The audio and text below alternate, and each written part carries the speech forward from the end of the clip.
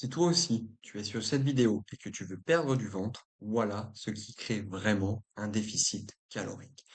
Si tu es boudiné dans tes vêtements, si tu regardes ton ventre le matin et que tu te demandes pourquoi, malgré tous les efforts, cette zone ne bouge pas, ce n'est pas la génétique, ce n'est pas l'âge, c'est un mécanisme précis et il y a une solution. Et à la fin, je te donnerai une action concrète à mettre en place dès ce soir. Mais avant de continuer, moi c'est Alex, coach expert en perte de poids chez les femmes de plus de 30 ans et aujourd'hui nous avons aidé et transformé plus de 200 clientes à reprendre le contrôle de leur corps. Comment je ne peux pas perdre de ventre? Et maintenant, on reprend très simplement sur l'accroche de pourquoi mon ventre ne part jamais. Peu importe ce que je fais. Si tu surveilles ce que tu manges, que tu fais du sport, mais que ton ventre est toujours là, mou, gonflé, présent, tu évites les hauts moulants, tu te mets même plus en maillot de bain, tu te dis que c'est normal avec l'âge ou depuis la grossesse, ce n'est ni l'un ni l'autre. Donc, ces phrases que j'entends régulièrement. Je mange peu et mon ventre grossit quand même.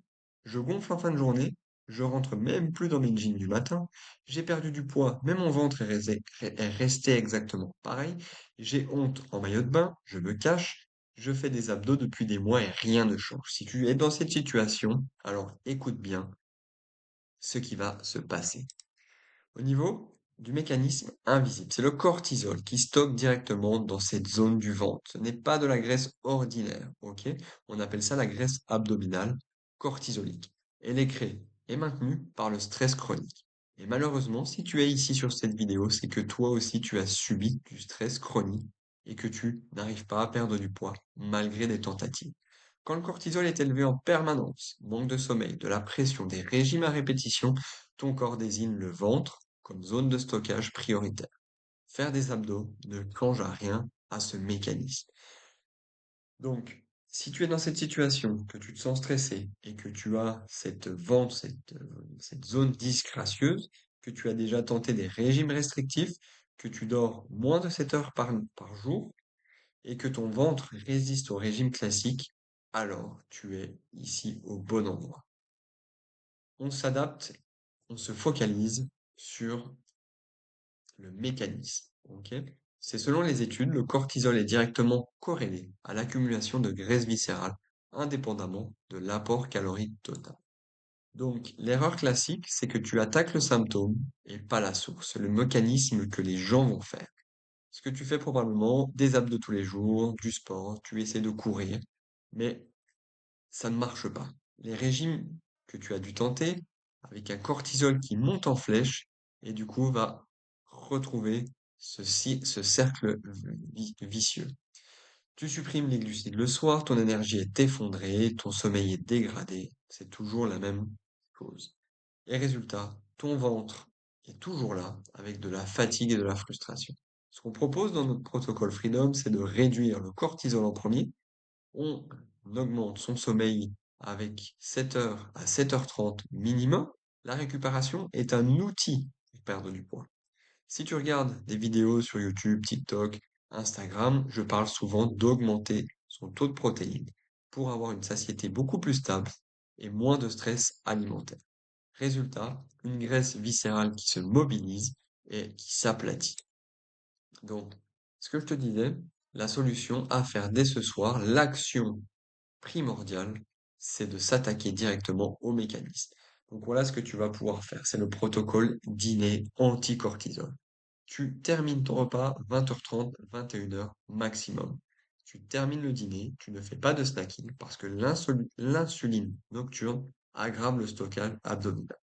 Tu augmentes tes rations de protéines à 30 grammes le dîner du soir, avec soit des œufs, du poisson, de la volaille, peu importe. Ça permet de stabiliser la glycémie la nuit et réduit le cortisol du matin.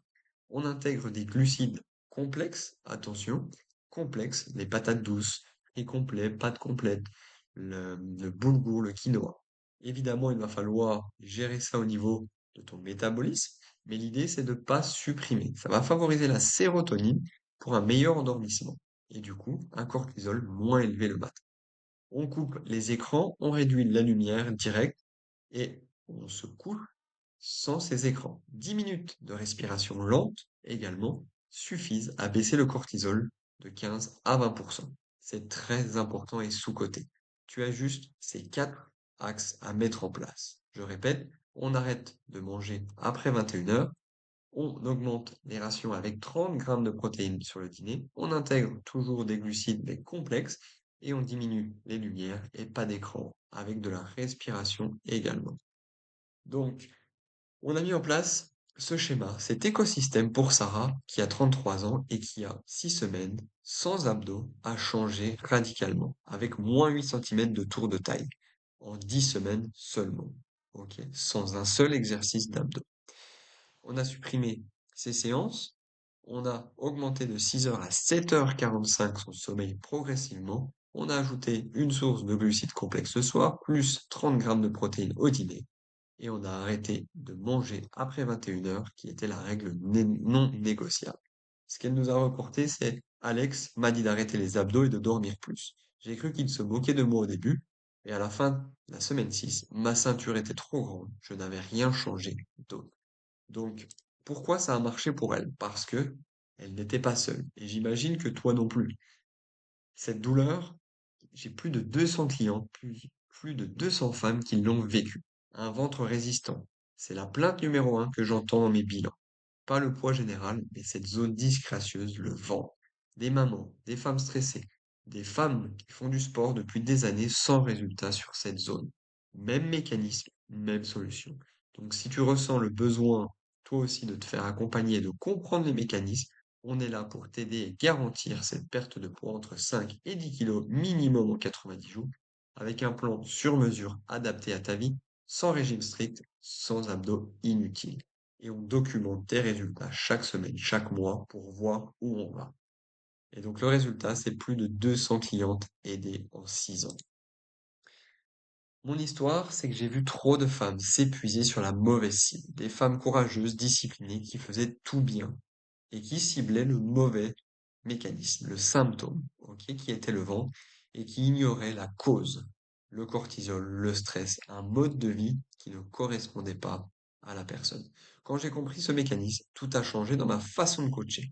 Le protocole Freedom part toujours de la cause, jamais du symptôme, et on individualise et personnalise chaque programme à chaque situation.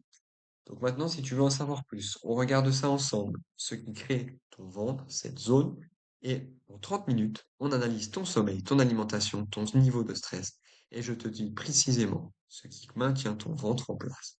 Si je vois qu'on peut corriger ça ensemble, je t'explique comment. Tu as simplement à m'écrire sur Instagram et seulement sur Instagram, c'est alex.coachingsport. Le lien est dans la bio, dans la description en dessous de cette vidéo. Si tu veux en savoir plus, il y a un lien pour regarder une vidéo et comprendre l'écosystème. Tu as juste à cliquer dessus et prendre rendez-vous à la suite si tu as envie pour qu'on échange. Et sinon, j'ai laissé mon mail si tu veux m'écrire sur tes problématiques, je serai là pour y répondre. Si je pense réellement que je ne peux pas t'aider, que ta situation n'est pas en adéquation avec ma vision, je te le dirai honnêtement, pas de forcing, pas de fausses promesses. Mais si tu es vraiment prête à t'investir, tu auras naturellement des résultats. Je te laisse sur cette fin et on se retrouve de l'autre côté.